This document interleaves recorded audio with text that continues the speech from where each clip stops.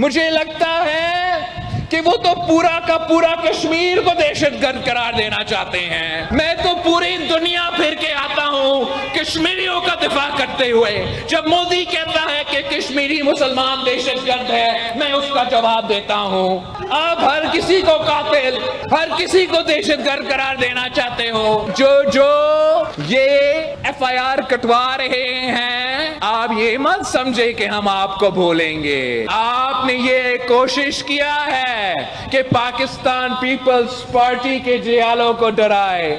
آپ نے یہ کوشش کیا ہے کہ پاکستان پیپلز پارٹی کے جیالوں کو خوف زدہ کرے. انشاءاللہ تعالی الیکشن ہونے دے، اس کے بعد میں خود آپ کا دیکھ لوں گا.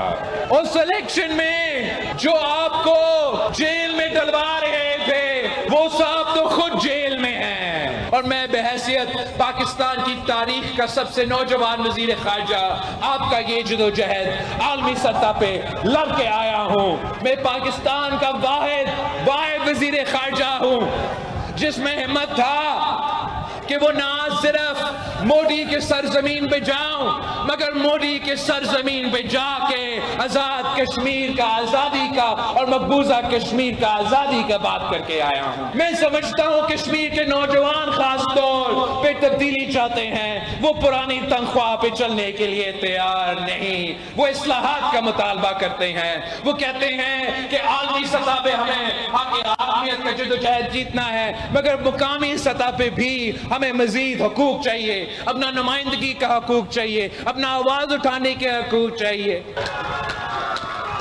چودھری یاسین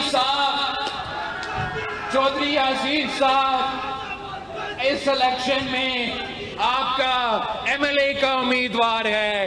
انشاءاللہ تعالی اگلا الیکشن میں چودھری یاسین صاحب آپ کا عبوری آبزرور ایم این اے کا امیدوار ہو سکے گا.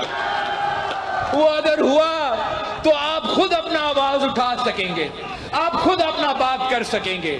کوئی ضرورت نہیں پڑتا کہ آزاد کشمیر پہ احتجاج کرو، آزاد کشمیر کو بند کرو. اپنا حقوق کا جدوجہد لڑنے کے لیے پورا کشمیر پریشان کرنے کے بجائے آپ کے اپنے نمائندے اسلام آباد میں بیٹھ کر، نیشنل اسمبلی میں بیٹھ کر، سینٹ آف پاکستان میں بیٹھ کر آبزرور کے تحت آپ کے موقف، آپ کا رائے ادھر لے کر آ سکتے ہیں. اس طریقے سے میں سمجھتا ہوں کہ آپ کو ہم حاکمیت کا حقوق دلوا سکیں گے.